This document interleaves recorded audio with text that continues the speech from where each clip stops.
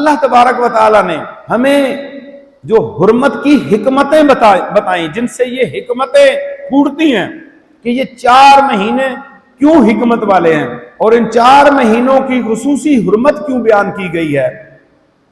اس کی پہلی وجہ یہ ہے کہ ان مہینوں میں جنگ اور قتال کو منع کر دیا گیا کہ اس میں جنگ و قتال نہ کیا جائے۔ یہ حرمت والے مہینے ہیں اور ان میں جنگ نہیں کرنی اور ان میں قتال نہیں کرنا۔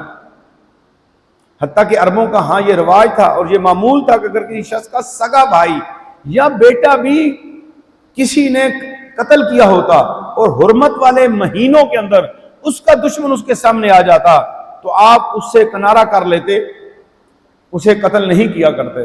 کہتے ہیں نہیں بھئی یہ ہماری دشمنی ضرور ہے لیکن یہ حرمت والے مہینے ہیں، ہم انتقام نہیں لیں گے۔ تو اہل عرب ان مہینوں کی توقیر کا اہتمام کیا کرتے۔ اب دوسری اس کی وجہ یہ ہے کہ ان میں گناہوں کی حرمت بھی باقی مہینوں سے زیادہ ہے۔ اس کی مثال یوں سمجھ لیجئے کہ گناہ تو ہر جگہ گناہ ہے۔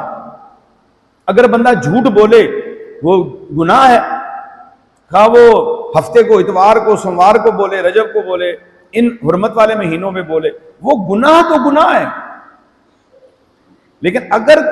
لیکن جگہ بدلنے سے بھی اور تقدس، ان زمین میں جو مقدس مقامات ہیں ان پر گناہ کیا ہوا اور عام جگہ پہ گناہ کیا ہوا، اس میں بھی فرق ہوتا ہے۔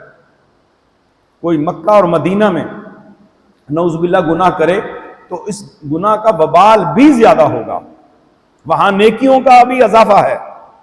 اب یہاں ایک نماز پڑھتے ہیں جماعت سے تو ایک ہی نماز کا ثواب ہے، اور مکہ مکرمہ میں پڑھتے ہیں تو 1,00,000 نمازوں کا ثواب۔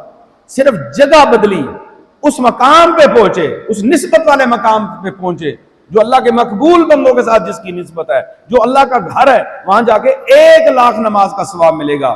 لیکن یاد رکھیے وہی گناہ جب اس جگہ پہ کریں گے، جھوٹ بولیں گے، غیبت کریں گے، بدنگاہی کریں گے، بے پردگی کریں گے، وہی جا کے مکہ مکرمہ میں کریں گے، وہی مدینہ منورہ میں جا کے کریں گے تو گناہ بڑھ جائے گا۔ اس کے جو ہے جیسے نیکیاں بڑھ گئی ہیں، لیکن عام دنوں کے اندر یا عام جگہ پہ جب ہم نیک گناہ کرتے ہیں تو گناہ 1 لکھا جاتا ہے، اور جب نیکی کرتے ہیں اس نیکی جیسی 10 نیکیاں لکھ دی جاتی ہیں۔ تو یہ اللہ کی رحمت ہے جس نے ہمیں یہ اتنے مبارک ایام بھی دیے اور ہمیں توبہ کرنے کی توفیق بھی عطا فرمائی۔ تو جن مہینوں کو اللہ نے حرمت والا قرار دیا ان میں گناہوں سے بچنا بہت ضروری ہے۔ ابھی سے، آج سے توبہ کریں۔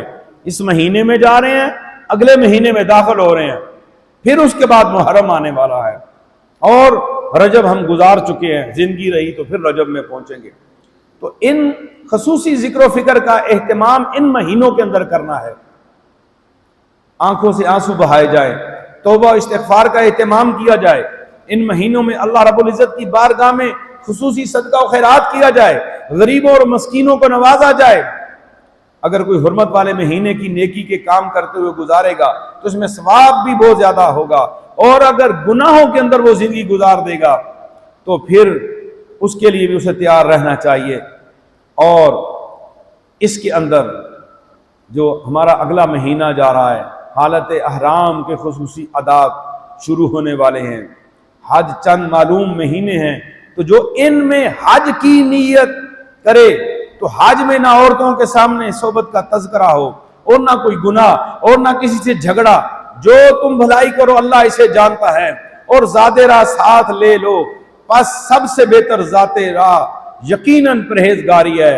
سب سے بڑا تقوی جو ہے وہ پرہیزگاری ہے۔ اے عقل والو مجھ سے ڈرتے رہو، اللہ کہہ رہا ہے اے عقل والے لوگوں مجھ سے ڈرتے رہو۔